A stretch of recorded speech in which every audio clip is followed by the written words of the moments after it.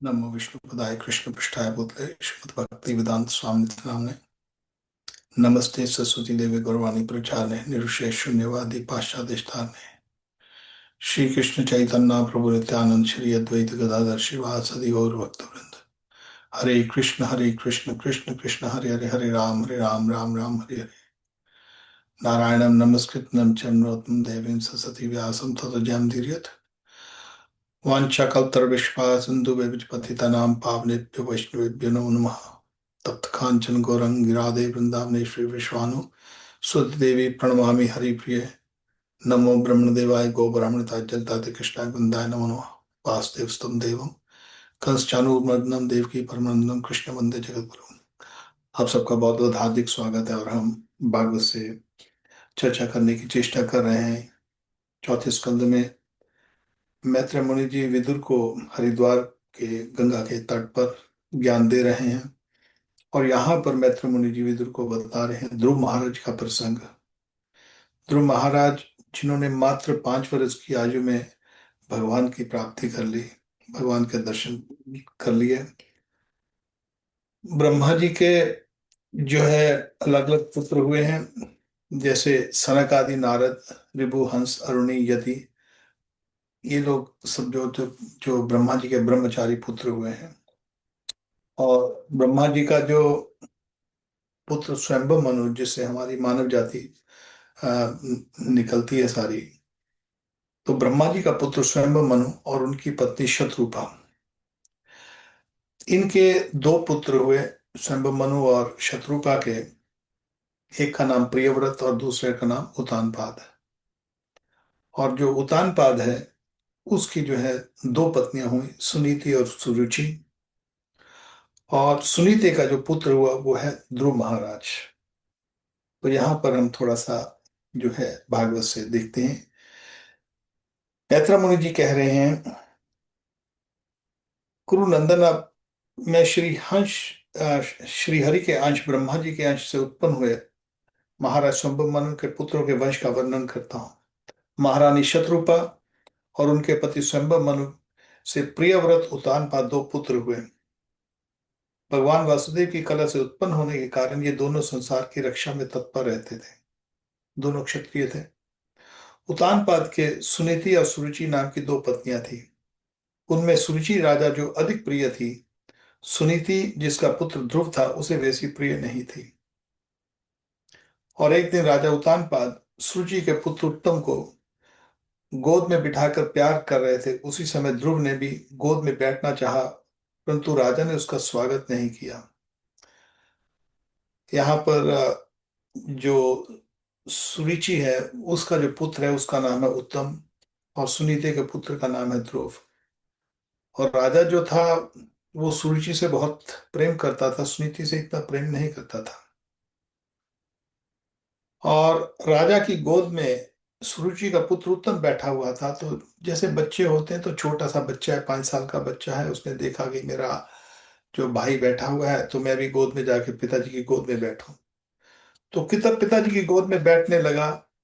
तो उससे उसी समय घमंड से भरी हुई सुरुचि ने अपनी सौत के पुत्र ध्रुव को महाराज की गोद में आने का यत्न करते देख उनके सामने उसे डाह भरे शब्दों से कहा, बच्चे, तू राज सिंहासन पर बैठने का अधिकारी नहीं है। तू भी राजा का बेटा है, इससे क्या हुआ? तुझको मैंने तो अपनी कोख से नहीं धारण किया, तू भी नादान है। तुझे पता नहीं कि तूने किसी किसी दूसरी स्त्री के गर्भ से जन्म लिया है, तभी तो ऐसे दुर्लभ विषय की इच्छा कर रहा है। यदि तुझे राज सिंहासन की इच्छा है तो तपस्या करके परम पुरुष श्री नारायण की आराधना कर और उनकी कृपा से मेरे गर्भ में आकर जन्म ले। मैत्रेय जी कहते हैं, विदुर जी, जिस प्रकार डंडे की चोट खाकर सांप फुंकार कर मारने लगता है, उसी प्रकार अपनी सुतीली मां के कठोर बचनों से घायल होकर ध्रुव क्रोध से मारे लंबी लंबी सांसें लेने लग गया। अब यहाँ पर जो ध्रुव है, क्योंकि क्षत्रिय घराने से है, पिता राजा है, और माँ ने, सुतेली माँ ने उसको बहुत कड़वे शब्दों से जब बोला कि तू इस गोद में नहीं बैठ सकता अपने पिता की, क्योंकि तूने जो जन्म लिया है मेरी सौत के गर्भ से लिया है, और कभी तेरे को इतना ही शौक है बैठने का, पिता की गोद में सिंहासन पर तो जा, नारायण की पूजा कर, फिर मेरे गर्भ से जन्म ले, और फिर आकर राज सिंहासन पर राजा की गोद में बैठ। ये कड़वा वचन था जो ध्रुव सह नहीं सका, 5 साल का बच्चा।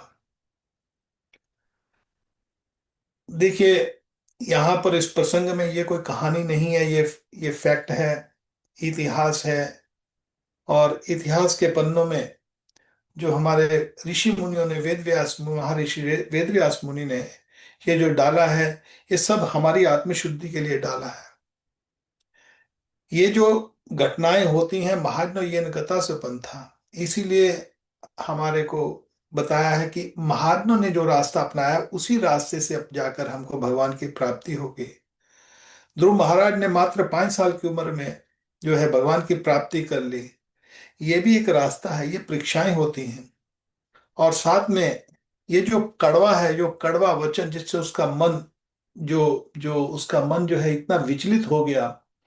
वास्तव में हम कई बार देखते हैं कि जो हिंसा है, वायलेंस, वो कहते हैं भी किसी ने किसी व्यक्ति को मार दिया, या ये जानवरों को मार कर खा रहे हैं, यही वायलेंस है, या वायलेंस हिंसा है, या किसी ने किसी व्यक्ति को मारा तो हिंसा। मगर वास्तव में केवल यही हिंसा नहीं होती, ये शारीरिक हिंसा है, एक मानसिक हिंसा होती है। मानसिक हिंसा जो है वो कड़वे वचनों से, और ये जो कड़वे वचनों से जो हिंसा होती है ना, मानसिक, वो बहुत बुरी होती है। शारीरिक हिंसा हो गई, शायद जख्म ठीक हो जाएगा, मगर जब मन पे चोट लगती है, कोई बहुत कड़वा बोल देता है, हमको इतना कड़वा बोलता है, कड़वाहट भरा, तो वो कई बार व्यक्ति सारी उम्र भर बोलता नहीं उसको, सारा जीवन याद रखता है कि फला आदमी ने मेरे को ऐसा ऐसा बोला था। और व्यक्ति भूल नहीं सकता क्योंकि बहुत कष्ट होता है। यहाँ पर जो है, यहाँ पर वो जो ध्रुव महाराज, उसको बहुत कष्ट पहुंचा, क्योंकि केवल ध्रुव को नहीं, उसने माँ को भी, उसके उसकी माँ को भी उसकी इंसल्ट की, उसकी माँ की भी, कि तूने तो मेरी सौत के गर्भ से जन्म लिया है। तो अपनी माँ के उस जो जो अपमानजनक शब्द हैं, उसके घर कर गए, उस 5 साल के बच्चे के घर कर गए। उसका अपना अपमान तो अपना है ही है, मगर साथ में उसकी माँ का अपमान हुआ है। अब वो इस तरह फुंकार रहा है, जैसे उसके कई बार देखते हैं कि गुस्से में व्यक्ति के मुंह से फूकें निकलती हैं। तो यहां पर वो बहुत गुस्से में भरा पड़ा है। और ध्रुव महाराज के जो जो ये जो वचनों के कारण, ये बहुत हृदय को चोट पहुंचाते हैं। हमारे जो महाभारत में द्रौपदी के शब्दों के कारण ही तो युद्ध हो गया। द्रौपदी ने केवल एक बात कही थी दुर्योधन को, अंधे का पुत्र अंधा। उसके मन को ये बात लग गई, और उसी उसी कारण उसने द्रौपदी का चीरहरण किया। अरे तूने मेरे को ऐसा बोला था। ये केवल क्या हुआ है, केवल शब्दों के बाण चले हैं, शब्दों से, केवल 1 मिनट का शब्द जो निकला हुआ जीभ में से, हमारे मुख से निकला हुआ, किसी का कितना कितना उसका जीवन को उसका इफेक्ट हो जाता है, ये हम इसको माप नहीं सकते। अर्जुन ने दुर्योधन, उसको जो करण था, उसको सूत पुत्र कह दिया। अरे तुम तो सूत पुत्र हो। और सूत पुत्र कहकर अर्जुन को दिया। दुर्योधन जो जो कर्ण का हृदय है, उससे उसका हृदय जो है बहुत उसको कष्ट, अपमानजनक शब्द, उसका हृदय छलनी हो जाता है। कैकेयी ने जब कठोर कठोर वचन बोले थे, तो दशरथ महाराज के हृदय को जो भी चोट पहुंची, कैकेयी के वचनों के कारण चोट पहुंची। क्या क्या हो गया केवल एक वचनों के कारण। तो कई बार यहाँ पर जो ध्रुव महाराज है, वो सांप की तरफ फुंकार रहे हैं, अरे तुमने मेरा इतना अपमान किया, मेरी माँ का अपमान किया। और यहाँ पर उस गुस्से से भरा पड़ा है। देखिए, यहाँ पर एक और आपको देखना पड़ेगा, हमारे जीवन में कई बार ऐसी घटनाएं हो जाती हैं। कई बार लोग हमारा अपमान कर देते हैं, और हमको कई बार भूलते नहीं हैं, हमको बहुत कष्ट पहुंचता है। और कई बार तो हम लोग क्या करते हैं कि अरे तूने मेरे को ऐसा ऐसा बोला था ना, तुम्हारा ये हो जाए, तुम्हारा सत्यानाश हो जाए, तुम्हारे ये हो जाए, तुम्हारा वो हो जाए। जब मन में सोचते हैं, कभी मुंह से भी ना कले, मन में सोचते हैं कि इस व्यक्ति का सत्यानाश हो जाए, ऐसा नहीं कहना चाहिए। उसका कारण है, जो व्यक्ति किसी का भी सत्यानाश करता है, किसी को बोलता है तुम्हारा सत्यानाश हो जाए, तुम्हारा ये हो जाए, तुम्हारा घर बर्बाद हो जाए, तुम्हारा परिवार बर्बाद हो जाए, ये हो जाए, उस व्यक्ति का वो कर्म प्रभाव छोड़ के ही रहेगा। आज नहीं तो कल, नहीं तो अगले जीवन में कभी ना कभी उसका प्रभाव पड़ेगा। अरे एक एक वचन का प्रभाव पड़ता है। और जब हम किसी का बुरा चाहते हैं तो हमारे पुण्य कर्म खराब होते हैं। जो तो व्यक्ति साधारण व्यक्ति है, जो भी हम इस संसार में सुख और दुख पा रहे हैं, ये अपने पुण्य पाप और पुण्य कर्मों से पा रहे हैं। हर एक व्यक्ति के पास कुछ ना कुछ पुण्य होते हैं, और पुण्य होने के कारण ही उसको धन संपत्ति आती, परिवार आता है। किसी का अच्छे पुण्य किए हुए हैं तो उसको अच्छा परिवार आएगा, भले वो भक्ति भी कोई भी तरह का भक्ति कर रहा है कि नहीं कर रहा है, किसी देवता को मानता है, पाठ पूजा कर रहा है, धार्मिक है कि नहीं है, उसका वो अलग बात है। हर एक व्यक्ति के पास कुछ ना कुछ पुण्य है और कुछ ना कुछ पाप है। और जो पुण्य होते हैं उससे हमको सुख मिलता है, और जो पाप होते हैं उससे हमको कष्ट मिलता है। ये हमारे जब जन्म लेते हैं तो हमारे यहाँ पर माथे पर पहले ही लिख दिया जाता है कि इतने पुण्य मिले, इतने इतने पिछले जन्म के पुण्य हैं, और इतने पिछले पिछले जन्मों के पाप हैं, इतना सुख मिलेगा, इतना दुख मिलेगा। और जब हम कभी यहाँ पर पाप अर्जित, किसी का बुरा चाहते हैं, किसी को सत्यानाश हो जाए, तेरा बेड़ा गर्क हो जाए, तेरा ये हो जाए, उससे क्या होता है, उसको वो पर्व, हमारे पुण्य उससे नष्ट होते हैं। और जो कोई वैष्णव है, को भक्ति कर रहा है, तो उसकी भक्ति नष्ट होती है, उसकी भक्ति का हिस्सा उसके पास चला जाता है। इसलिए भक्त है तो उसकी भक्ति में नष्ट होती है, उस भक्ति में कमी आ जाती है। और जो भक्त नहीं है उसके पुण्य कष्ट नष्ट हो जाते हैं किसी को बुरा कहने में। और दूसरी बात आती है, कभी हम कहीं आशीर्वाद भी नहीं देना चाहिए। कई बार लोग बोलते हैं जी गिव मी ब्लेसिंग्स, आशीर्वाद भी नहीं देना। आशीर्वाद दोगे तो आपके पुण्य जाएंगे, और जो भक्त है उसकी भक्ति में से निकल जाएगा। आशीर्वाद भी नहीं देना किसी को। कई बार लोग बोलते हैं जी कोई तीर्थ पे जा रहा है, वृंदावन जा रहा है, या किसी भी हरिद्वार जा रहा है, जगन्नाथपुरी किधर भी जा रहा है, तो बोले जी हमारा भी माथा टेकना। कभी आपने उससे लिया, हाँ आप माथा टेकोगे तो आपको माथा टेकना पड़ेगा, उसका याद रखना पड़ेगा कि प्रभु मैं आपके यहाँ, उस व्यक्ति ने मेरे को कहा था माथा टेक लिए, उसका माथा है, बाकी अभी आप जानो वो जाने। कभी टेकना भूल गए तो आपकी भक्ति में से उसका हिस्सा जाएगा उसको। इसलिए जल्दी आशीर्वाद भी नहीं देना चाहिए। आशीर्वाद देने से भगवान फंस जाते हैं। भगवान ने स्वयं कहा है, कौन ते प्रतिजानी नामे भक्ता प्रणश्यति। अर्जुन तू बोल दे, मैं तो शायद अपनी बात से मुकर जाऊं, तू बोल दे कि मेरे भक्त का कभी नाश नहीं होता। और भक्त जब कह देता ठीक है तुम्हारा काम हो जाएगा, उसका काम हो जाता होता होगा होगा। क्यों? क्योंकि भगवान फंस जाते हैं। इसलिए जल्दी आशीर्वाद नहीं देना चाहिए। आप ये कह सकते हैं ठीक है जी, राधा रानी को हम प्रार्थना करेंगे, बाकी राधा रानी पे, राधा रानी को प्रार्थना करेंगे, कृष्ण को प्रार्थना करेंगे, बस ये कह सकते हैं। और ये कहा जब भी कि हम प्रार्थना करेंगे तो आपको करना पड़ेगा उसका। ठाकुर के सामने बोलना पड़ेगा, हे प्रभु ये व्यक्ति ने संदेश भेजा, ये आपके लिए संदेश है, उसने मेरे से आशीर्वाद मांगा था, मैंने उसको बोला था कि भगवान को जाकर बोल देंगे। भगवान को ये भी नहीं बोलना कि भगवान इसका काम कर दो, प्रभु ये कष्ट में है, उसने ये बोला था, ये संदेश दे दिया। कभी आपके लिए, आप उसके लिए अच्छा है तो उसको देना, नहीं है तो जो आपकी मर्जी, देना है तो दो, नहीं देना तो ना दो। कई बार ठाकुर जी नहीं देते अपने अपने बच्चों को।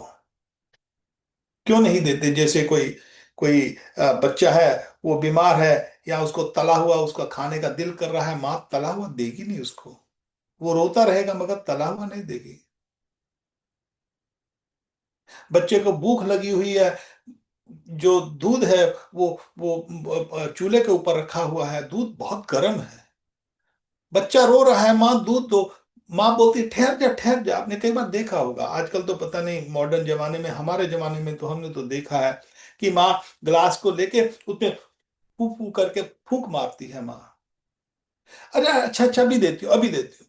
तो बच्चा रो रहा है, बच्चा बोलता है कि माँ मेरे को दूध नहीं दे रही।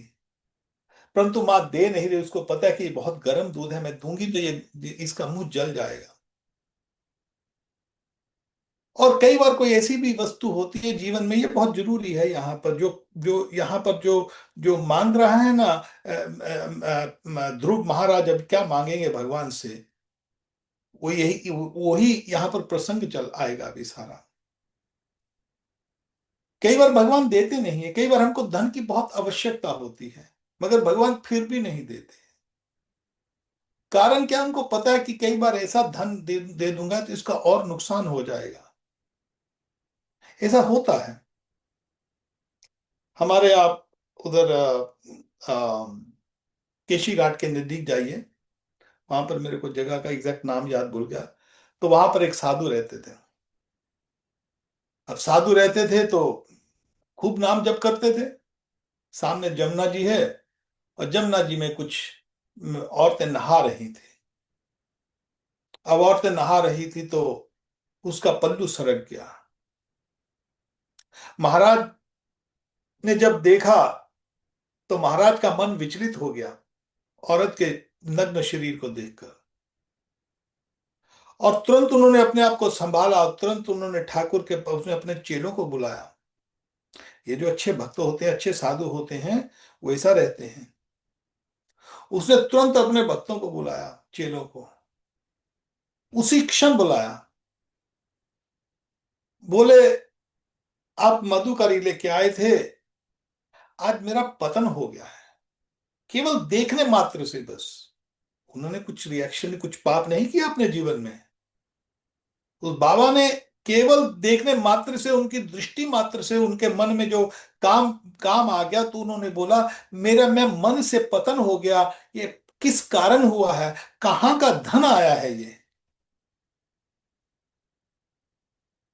तो उनको पता लगा कि जो ये जो जो मेरे चेले थे वो धन लेके आए थे, किसी कामी विषयी आदमी का धन आ गया था वहां पर। तो इसी तरह ये एक और कथा आती थी वहां पर, सेम हमारे बाबा ने बतलाई थी कि किस तरह वहां पर वेश्या का धन आ गया था किसी साधु के पास, साधुओं का पतन हो गया। तो कई बार भगवान हमको नहीं देते हैं, तो यहाँ कई बार हमको अपमान दे देते हैं। ये जो कोई अपमान कर जाए तो उसको सहनशील करना है, सहनता, सहनशील। क्यों सहनशील करना है? तत्तेनुकंपासु सुभिक्षमानिना, ये सोचते हुए कि शायद मैंने पिछले जन्मों में कुछ किया होगा। हमारे गुरु जी स्वामी प्रभुपाद पेरिस में प्रचार कर रहे थे, और वहां पर ईसाई लोग नहीं चाहते थे कि यहाँ पर कृष्ण का प्रचार हो। तो जिस जिस ऑडिटोरियम में वो प्रचार कहते, वहां पर उन्होंने पत्थर मारने शुरू कर दिए जब ये निकले वहां से। तो स्वामी प्रभुपाद ने, हमारे गुरु जी ने कुछ नहीं कहा। उन्होंने पत्थर मारे या जो भी आप शब्द कहे, तो साईं प्रभुपाद चुप करके आए, और वहां पर आकर अपने जहां पर भी रहते थे कमरे में आए। और भक्त लोग बहुत परेशान थे। उन्होंने उनको पूछा, प्रभुपाद आप तो इतने एकदम तुरंत जवाब दे देते हो, आज उस व्यक्ति ने आपको ऑडिटोरियम में बड़ा भला बुरा कहा, आपने उसको कुछ कुछ भी नहीं कहा। और बाद में तो उन्होंने ऐसे ऐसे निंदित पत्थर भी वगैरह कुछ मारे, फिर भी आपने कुछ नहीं कहा। तुम्हारे गुरु जी कहते हैं कि शायद मैंने पिछले जन्मों में उसका कुछ बुरा किया होगा, आज इसलिए उसने भरी सभा में हमारा अपमान किया है। तो इसलिए भक्ति के अंदर सबसे बड़ी बात है सहनशीलता। हमको सहनशीलता करनी है, कोई बुरा कह जाए हमको, ठीक है, उसको तत्तेनुकंपा सुसुभिक्षमानिना भुंजानेव आत्मघृतम पाप विपाकम, ये शायद मैंने पिछले जन्मों में कुछ पाप किया है, इसलिए उसका मेरे को फल मिलता है। और फिर हृदय बात बपुर विद्युत नमस्ते, भगवान को अपने हृदय से, अपने मन से, अपने शरीर से भगवान, और अपनी अपनी वाणी से भगवान की प्रार्थना जो व्यक्ति ऐसे करता है, और उसको भोगता हुआ जीवित मुक्ति बदे सिद्धाय पाका, भागवत कहती कि उसका जन्म सिद्ध अधिकार बन जाता है भगवान के धाम में, भगवान के हृदय में। मुक्ति उसका अधिकार हो जाता है। इसीलिए जल्दी जो जो जो जो भक्ति भक्ति में है, उनको वो रिएक्शन नहीं करते। और यहां पर जो सबसे बड़ी बात आती है, अब ध्रुव महाराज उस समय घमंड से भरी सुरुचि ने अपने जब उसने उसने अपने पुत्र को इसे कहा, तो वहां अब ये जो है सुरुचि ने, हाँ, एक और बात कह दी। सुरुचि ने एक सबसे बढ़िया बात क्या कह दी। सुरुचि ने कहा, ठीक है, तुम्हारा जो जो तुम्हारा जन्म हुआ है, मेरी सौत के गर्भ से हुआ है, मेरे गर्भ से ले। और मेरे गर्भ से लेने के लिए तेरे को नारायण की पूजा करनी पड़ेगी। ये नारायण की कृपा है, भगवान की कृपा है। ध्रुव के ऊपर भगवान ने कृपा की है। सुरुचि ने उसको अपमानित किया या उसकी मां को अपमानित किया, मगर इस अपमान के पीछे भगवान की कृपा छुपी हुई थी। इसलिए हम बार बार इसी बात को दोहरा रहे हैं। कभी हमारे जीवन में ऐसी कोई घटना हो जाए कि हमको बुरा कहता है, कोई भला कहता है, तो उसको भगवान की कृपा जानी, उसके पीछे कोई ना कोई उसके भगवान की कृपा छुपी होती है, और भक्त के लिए तो स्पेशली। मैं आपको एक और बात बतला देता हूं। जब हमको दुख आते हैं ना, दुखों में हमारे जो पाप होते हैं वो नष्ट होते हैं। और जब हमको सुख आते हैं तो हमारे पुण्य नष्ट होते हैं।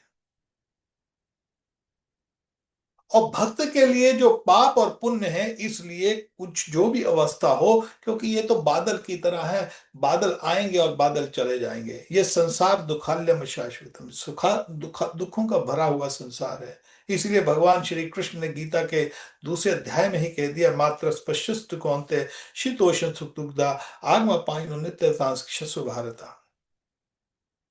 हे अर्जुन, ये सुख और दुख जो है, ये सर्दी और गर्मी की भांति आते हैं। सर्दियां आती हैं मगर टिकती नहीं है, गर्मी आती है मगर टिकती नहीं है। और ये मात्र केवल संपर्क मात्र से है, शरीर के संपर्क मात्र से। वही सूर्य होता है, वही हमको आनंद देता है सर्दी में, वही सूर्य होता है हमको भयंकर कष्ट देता है सर्दी में। ये सुख और दुख बादलों की तरह है। भगवान ने कहा दुखाल्य शाश्वतम। यहां पर ये दुखालयों की दुखों भरी जगह है। दुख और सुख दोनों आते और जाते जाएंगे, जैसे बादल है, बादल आते हैं जाते हैं, आते हैं जाते हैं। बादलों के बगैर आकाश रहता नहीं, और ये संसार सुख और दुख के बगैर रहता नहीं है। और हमारा मेन उद्देश्य है, जीवन का लक्ष्य है कि किसी ना किसी तरह कृष्ण को प्राप्ति कर लें। हमको कोई अपशब्द बोलता है तो उसको ऐसे करके सुन के निकल जाओ। कहना नहीं चाहिए, मगर ऐसा होता है ना, कई बार कुत्ते भौंकते हैं तो भौंकते रहे। अब कुत्ते के साथ क्या लड़के करोगे, क्या करोगे? निकल जाओ वहां से। और बाद में कोई, मान लो कभी गली में जाते हो, सुबह सुबह मंगल आरती जाते हो ना वृंदावन में, तो वहां पर कुत्ते भौंकते हैं।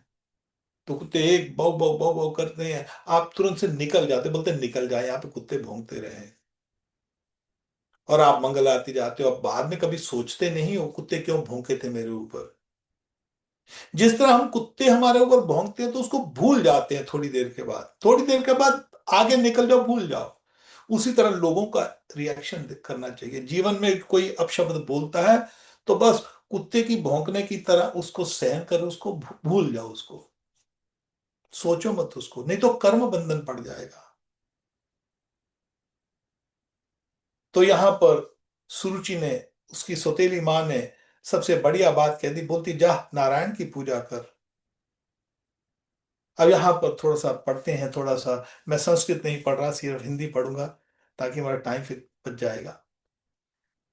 विदुर जी, जिस प्रकार डंडे की चोट खाकर सांप फुंकार मारने लगता है, उसी प्रकार अपनी सुतेली मां के कठोर वचनों से घायल होकर ध्रुव क्रोध के मारे लंबी लंबी सांसें लेने लगा।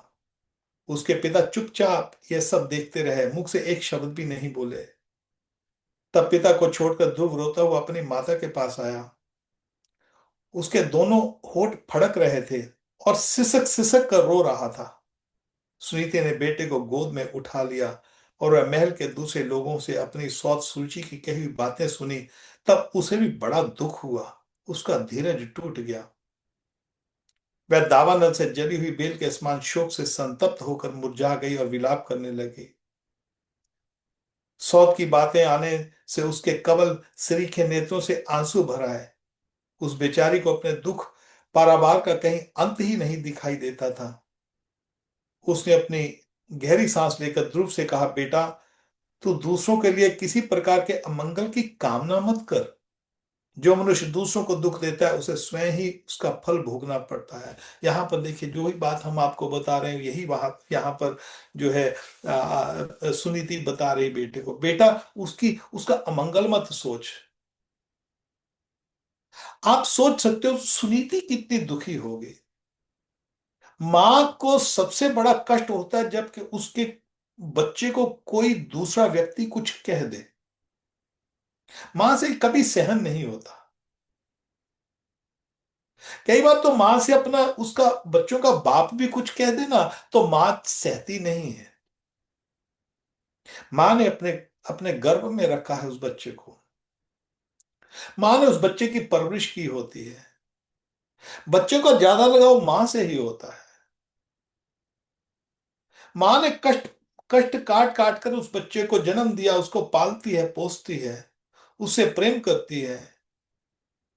और मां के बच्चे को कुछ बोल दिया, आप सोच सकते हो कि कितना कष्ट हुआ होगा सुनीति को। आप ध्यान से सोचिए, कभी कोई कोई कोई पालतू कुत्ता भी रखता है ना, तो कुत्ते भी को मार देना तो आदमी उससे लड़ाई झगड़ा करने लग जाता है। और यहाँ पर तो सुनीति का पुत्र है, वो भी 5 साल का।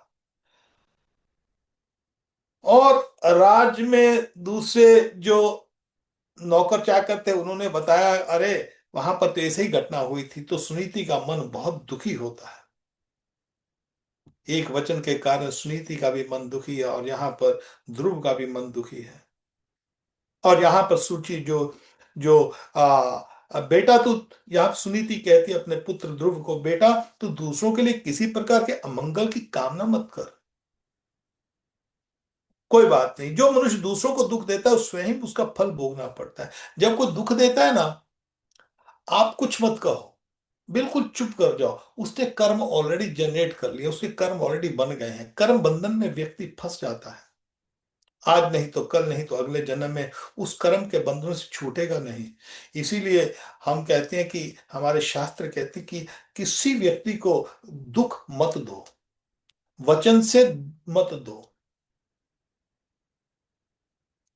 और ये जो सर्वभवंतु सुखी नाम, हमारा जो सनातन धर्म है, जो साधु है, साधारण व्यक्ति इस बात को नहीं कर सकता कि सर्वभवंतु सुखी नाम, कि सब जीवों का कल्याण हो। ये केवल एक ही व्यक्ति सोचता है, जो सब जीवों का कल्याण हो। वो कौन सोचता है? स्वयं श्री भगवान श्री कृष्ण नारायण सोचते हैं, ऐसा और कोई नहीं सोचता। और श्री कृष्ण के जो भक्त हैं वो भी ऐसा ही सोचते हैं कि सब जो जितने भी प्राणी हैं उनको उनका कल्याण हो। और यहाँ पर जो सुनीति कह रही है, सुरुचि ने जो कहा है ठीक है, क्योंकि महाराज, मुझे पत्नी तो क्या दासी स्वीकार करने में भी लाज आती है।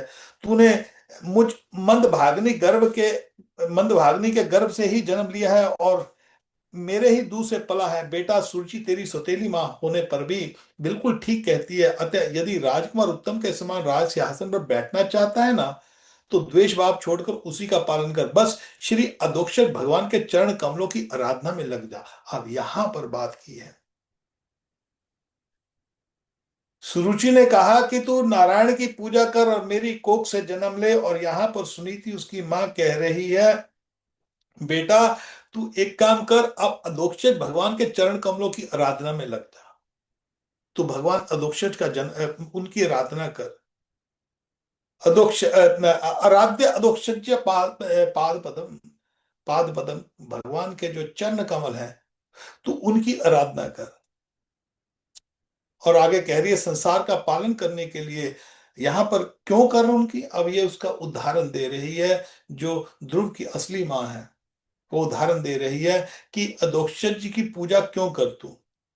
वो कहती, संसार का पालन करने के लिए सत्वगुण को अंगीकार करने वाले उन श्री हरि के चरण कमलों की आराधना करने से ही तेरे परदादा श्री ब्रह्मा जी को वह सर्वश्रेष्ठ पद प्राप्त हुआ है, जो मन और प्राण को जीतने वाले मुनियों द्वारा भी वंदनीय है।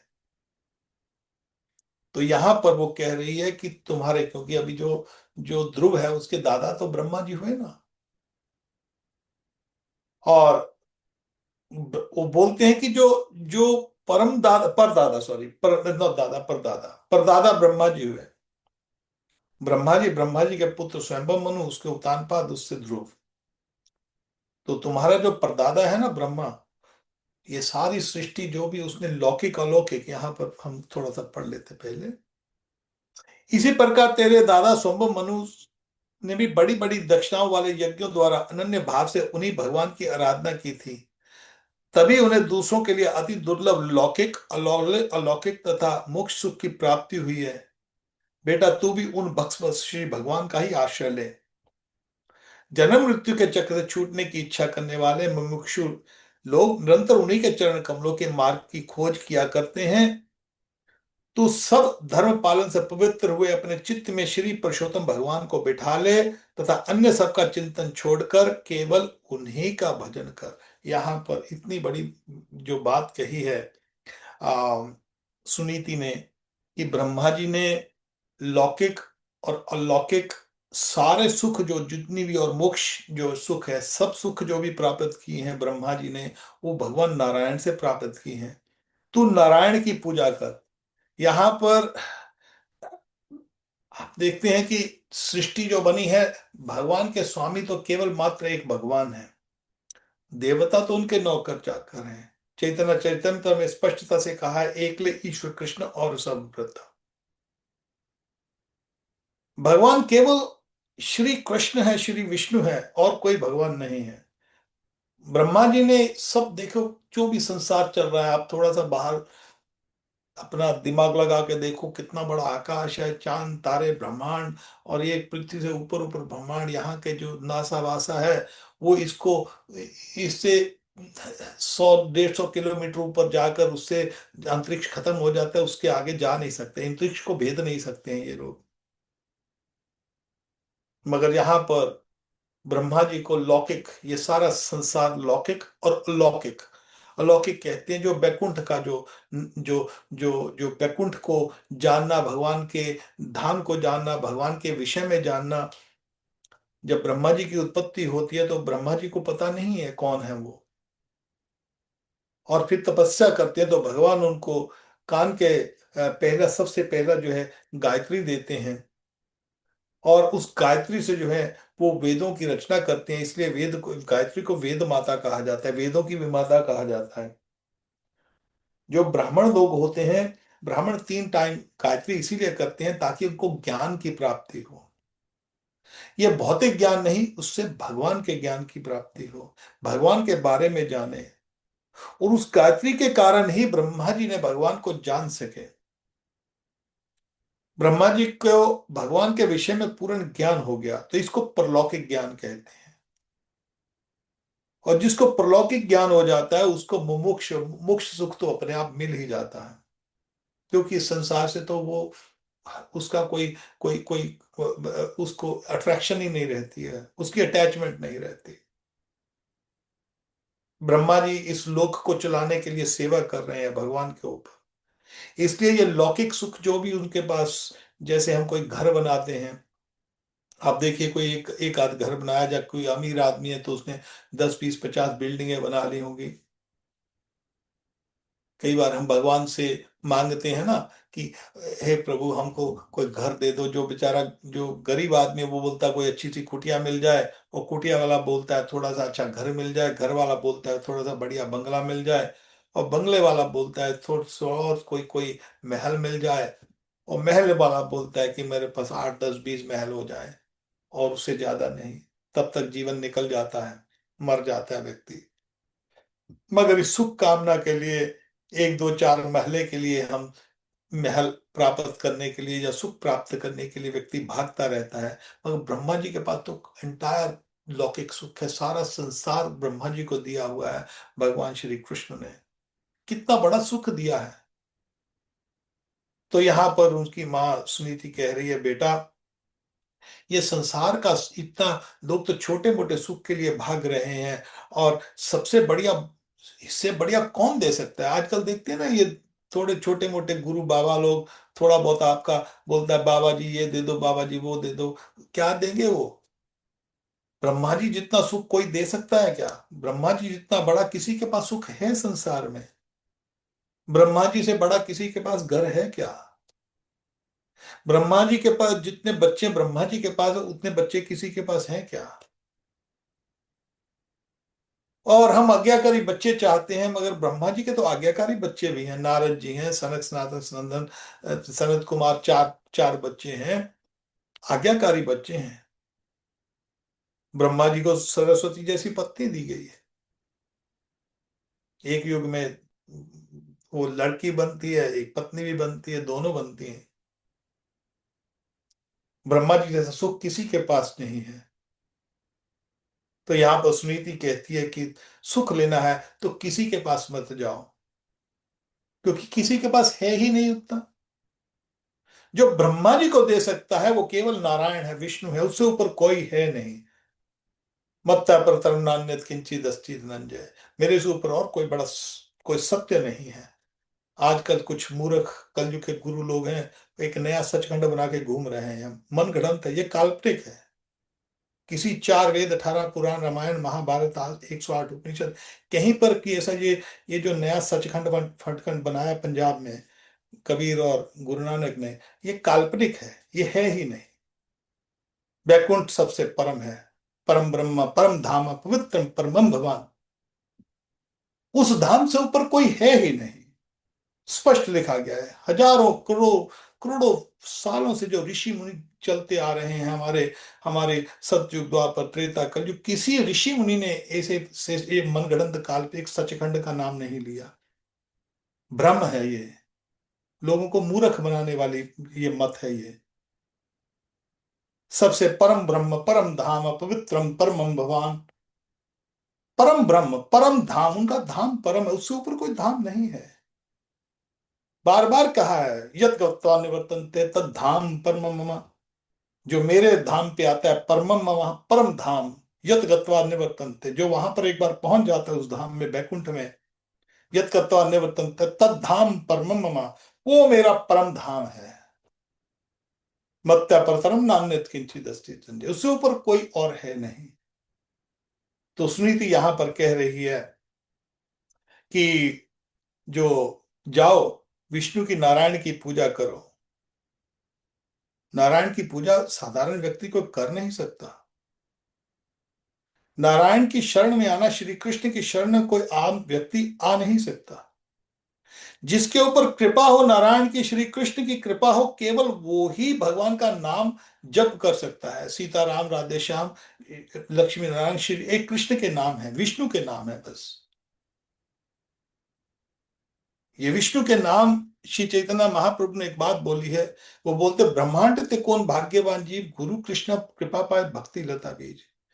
जो विष्णु की, कृष्ण की भक्ति का जो जो बीज है ना, ये भगवान की कृपा के बगैर नहीं होता।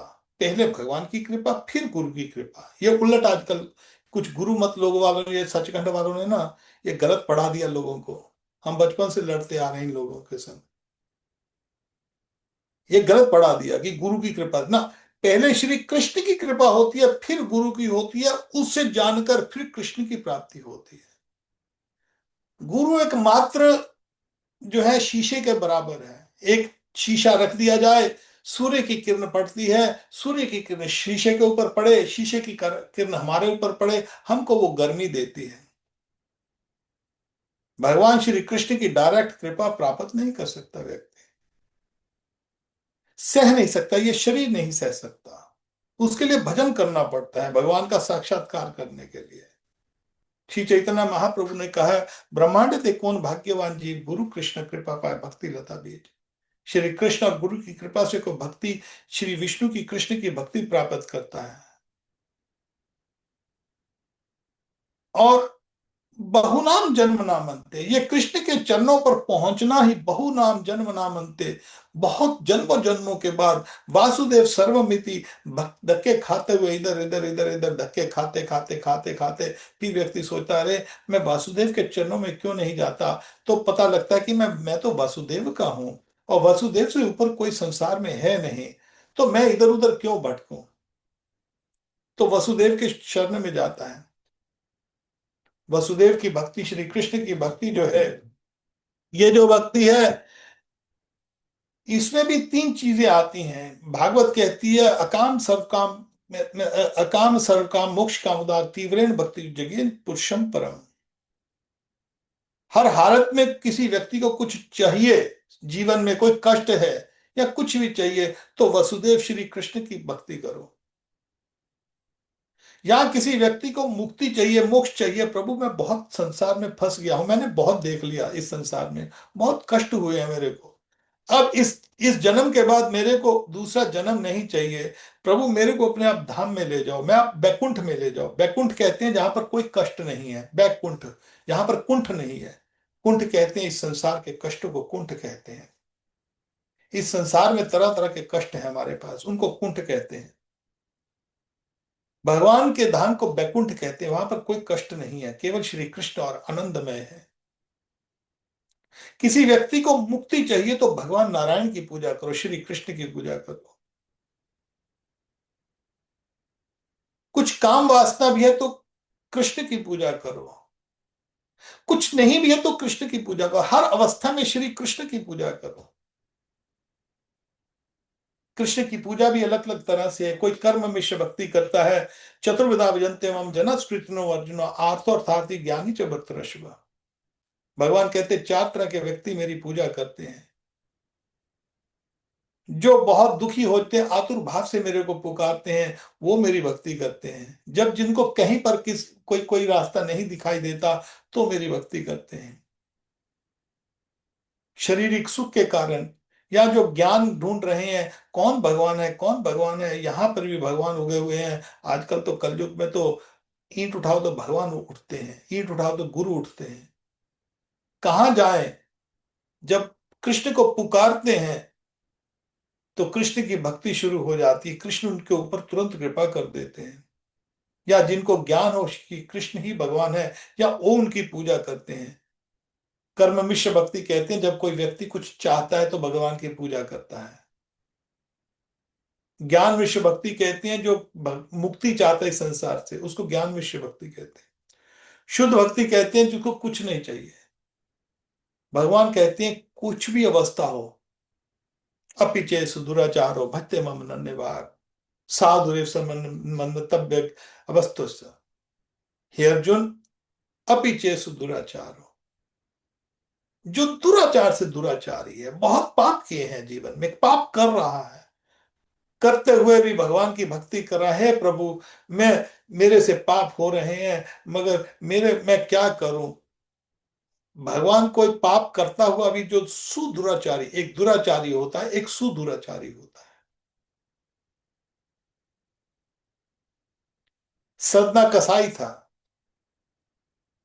मगर उसको पता लगा कि श्री कृष्ण जो है वो भगवान है। सदने को पता नहीं था, सदना शालिग्राम शिला से मांस को तोल देता था, मगर भगवान की ऐसी कृपा हुई, सदना शुद्ध भक्त बन गया। कोई पाप भी कर रहा है, मगर कृष्ण को पुकारते पुकारते भी पाप कर रहा है, तो भी कृष्ण उसकी बात को सुनते हैं। सो कृष्ण की भक्ति जो है, वो जो भगवान कहते हैं साधुर्य मन समय क्षिप्रम भक्ति धर्मात्मा शांति निगच्छति कौन्ते प्रतिजानी ही नामे भक्ता परिषद। तो भगवान की भक्ति में यहाँ एक बात जरूर है कि आपको थोड़ी सी सावधानी बरतनी पड़ती है।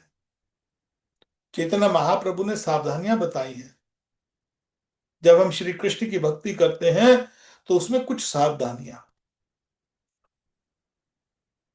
ब्रह्मांड से कौन भाग्यवान जीव, गुरु कृष्ण कृपा पर भक्ति लता बीज। भक्ति की जो बीज, जब हम कोई पौधा उगाते हैं ना, तो उसका ध्यान रखते हैं।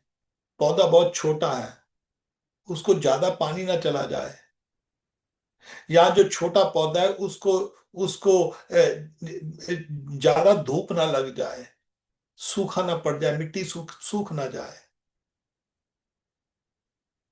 थोड़ा सा बगीचा लगाते हैं तो उसके ऊपर उसको बाड़ लगा देते हैं। हमारे यहाँ पर तो फेंसिंग कर देते हैं, जब फेंसिंग करते हैं, जैसे खेत में भी क्या करते हैं, जब खेत खेत किसान उगाता है तो खेत की साइड पे कांटे लगा देते हैं वो, ताकि दूसरे जानवर आकर उसकी जो फसल को खा ना जाए। वहां पर एक वो जो डरावना सा जैसे एक को भूत बना के खड़ा कर देते हैं, उसमें से पुराने जमाने में तो, आजकल तो इलेक्ट्रिक गैजेट्स भी लगा देते हैं तो उसे आवाज आती रहती है, हमने देखा है अपनी आंखों से। हम बच्चे होते थे तो हमारे घरों के पीछे बेरियों के पेड़ होते थे, खेत होते थे, जब स्कूल से आते थे हम रास्ते में, तो वहां पर जो जो जो बेरियां हैं वहां पर वो जो पक्षी आकर बेर खाते थे, तो वहां पर वो ढोल ऐसे कुछ वो जो प्लेट वगैरह लेके उससे ऐसे बजाते थे, आवाज करते थे, ताकि वो पक्षी भाग जाए, उसकी रक्षा करते थे। नारायण की भक्ति में 10 नाम अपराधों की सूची है। आज हम उसको उसको नहीं करेंगे, मगर हम थोड़ा सा हिंट दे रहे हैं कि हमको प्रतिपल उस इस जो जो फल है, ये जो जो जो पौधा लगा है भक्ति का, भगवान विष्णु की भक्ति का, भक्ति करनी कैसी है, मुंह से नाम लेना है बस। हम इतने भागे कि वो भी नहीं ले सकते। हरे कृष्ण कृष्ण कृष्ण हरे हरे, हरे राम राम राम हरे हरे।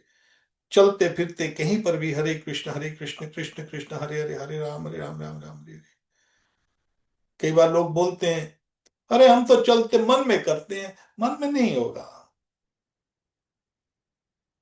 बोले हम हमसे माला पे क्यों करना है, माला पे आजकल कुछ ऐसे लोग हैं जो गुरु शुरू ऐसे आ गए हैं पंजाब में, बोलते हैं माला से नहीं करो, नहीं माला से जरूर करो, माला से ही करो, संख्या पूर्ण।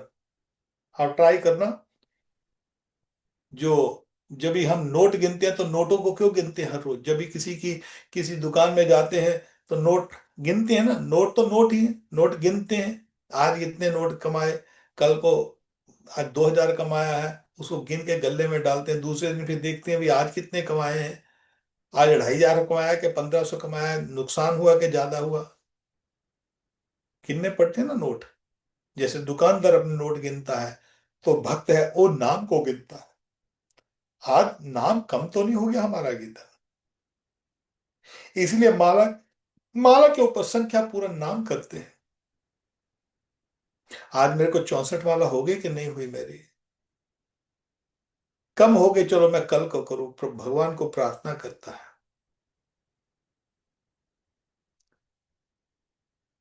ये जो हमारे नाम लेने में भगवान की भक्ति के अंदर और भी कई बातें बताई गई हैं।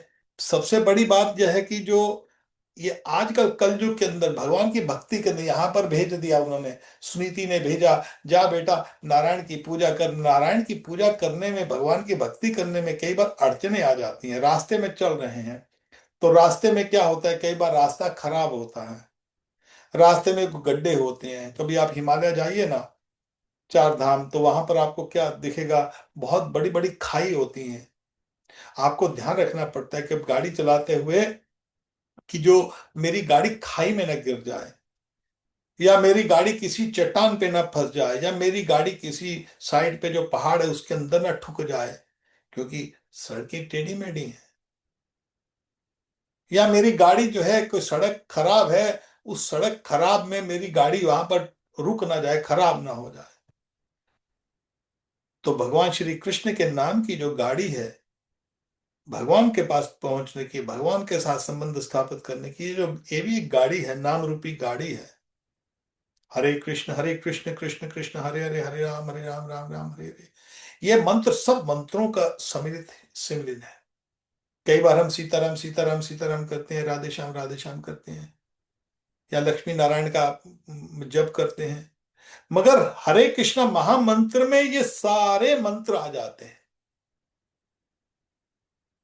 श्री चैतन्य महाप्रभु ने हमको इस नाम रूपी जो जो जो भक्ति है, ये मैं इसलिए कहना चाहता हूँ साथ में, ये आपको थोड़ा सा प्रसंग यहाँ पर इसलिए बताने लगा हूं कि यहाँ पर ध्रुव महाराज को कहा है कि तू विष्णु की भक्ति कर। तो विष्णु की भक्ति करने में श्री कृष्ण की भक्ति कर, उसी भक्ति से ब्रह्मा जी को सब कुछ प्राप्त हुआ है।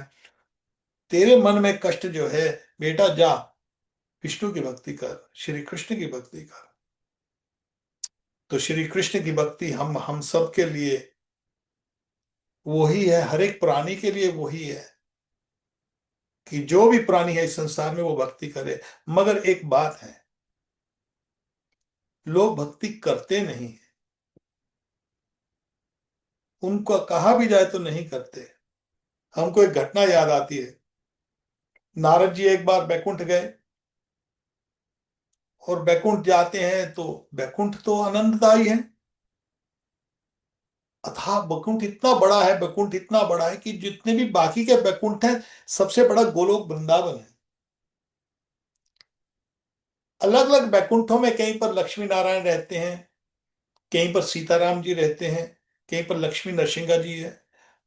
जैसे जब द्वारका में नारद जी गए, तो द्वारका में वहां पर भगवान की 16,000 रानियां, और 16,000 रानियों के 10-10 बच्चे, तो उनके भी अपने अपने महल। आप हिसाब लगाइए, 16,000 रानियां हुई, उसके आगे 10-10 बच्चे हुए, तो उनके कितने महल हो गए, उनके फिर आगे 10-10 बच्चे, उनके कितने महल हो गए। अथाह द्वारका है। नारद जी वहां जाते हैं तो क्या देखते हैं, एक महल में वो सत्यभामा के साथ कुछ कर रहे हैं, किसी महल में किसी किसी बच्चे के साथ खेल रहे हैं। हर एक महल में श्री कृष्ण वहां पर उपस्थित हैं। उसी तरह जो श्री कृष्ण हैं, वो हर एक बैकुंठ में अलग अलग लीलाएं करते हैं, मगर सबसे बड़ा बैकुंठ जो गोलोक धाम है। तो एक बार नारद जी गए श्री कृष्ण के पास गोलोक धाम में, तो वहां पर उनकी भव्यता देखकर वो कहते हैं, प्रभु, आपके जो जो प्राणी है, जो धरती पे जो जो भूलोक पे भौतिक संसार में फंसे पड़े हैं, आप क्यों नहीं उनको सबको बुला लेते एक ही बार में? आपको क्या फर्क पड़ता है?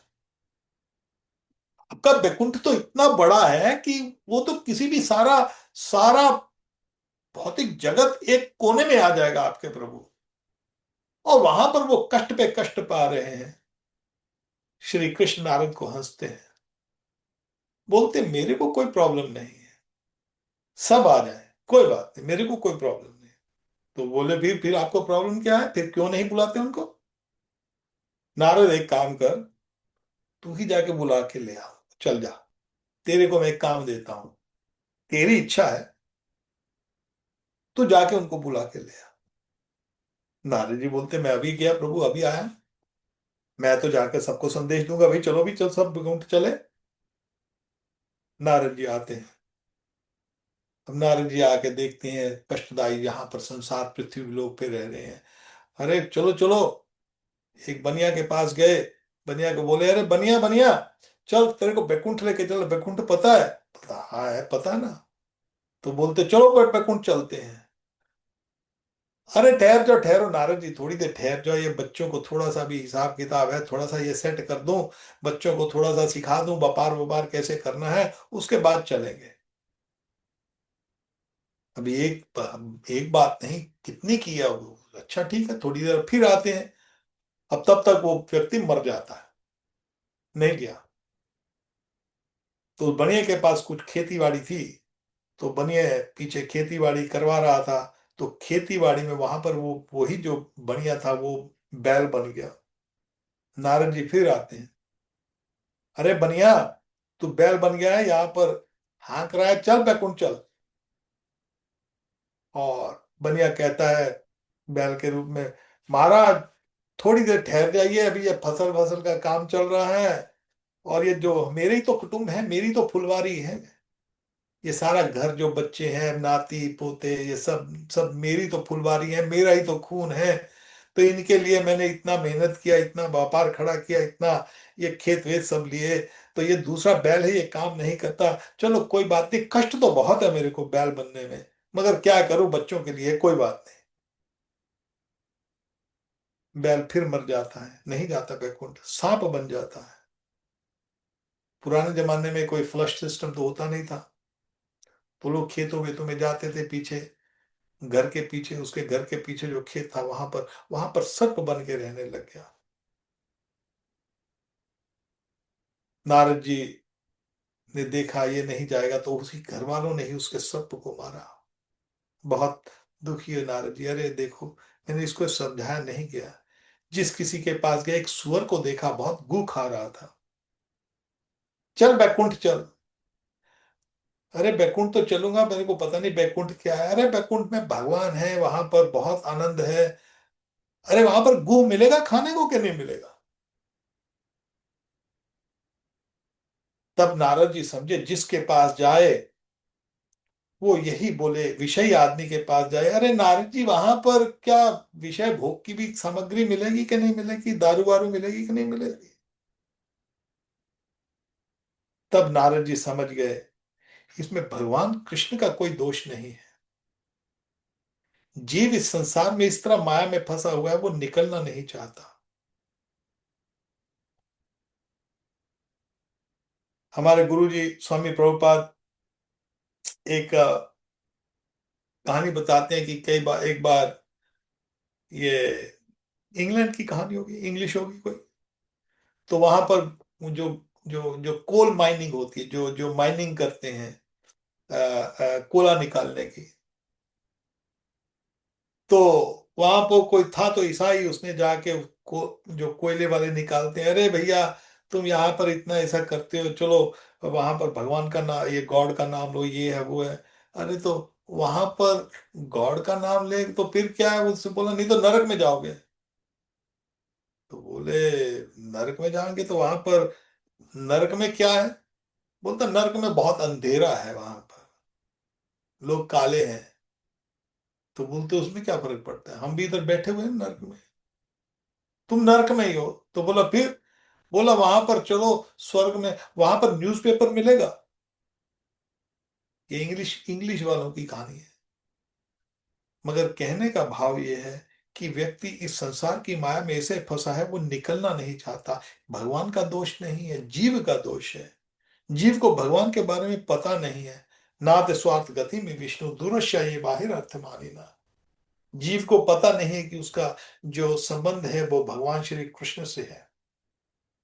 तो यहाँ पर जो सुरुचि और सुरुचि ने एक बहुत बड़ा उपकार कर दिया कि उसको बोला तू नारायण की पूजा कर। और यहाँ पर सुनीति जो उसकी माँ है, वो कहती है कि बेटा, ब्रह्मा जी ने सब कुछ भगवान से प्राप्त किया है, लौकिक अलौकिक और मोक्ष सुख जो सब उनसे लिया है। तो जो तेरी सौतेली माँ ने कहा है ना कि नारायण की पूजा कर, वो बात ठीक है बेटा, जा तू नारायण की पूजा कर। अब नारायण की पूजा करने के लिए जो है, आज का समय हो गया है, तो नारायण की पूजा करने के लिए अभी 5 साल का बच्चा है, वो घर से निकलेगा। वो अगले सप्ताह हम देखते हैं क्या होता है।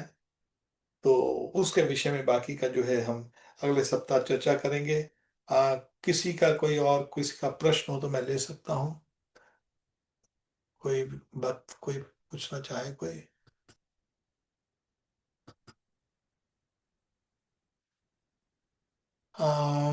ठीक है, तो आपका प्रश्न नहीं है। ऑलराइट, सो हम अगले सप्ताह मिलेंगे। और ध्रुव महाराज जी जो हैं, वो नारायण की भक्ति के लिए निकल रहे हैं। वो अगले सप्ताह शनिवार को देखते हैं कि क्या करते हैं। निताई गौर राधे श्याम, जय प्रभुपाद।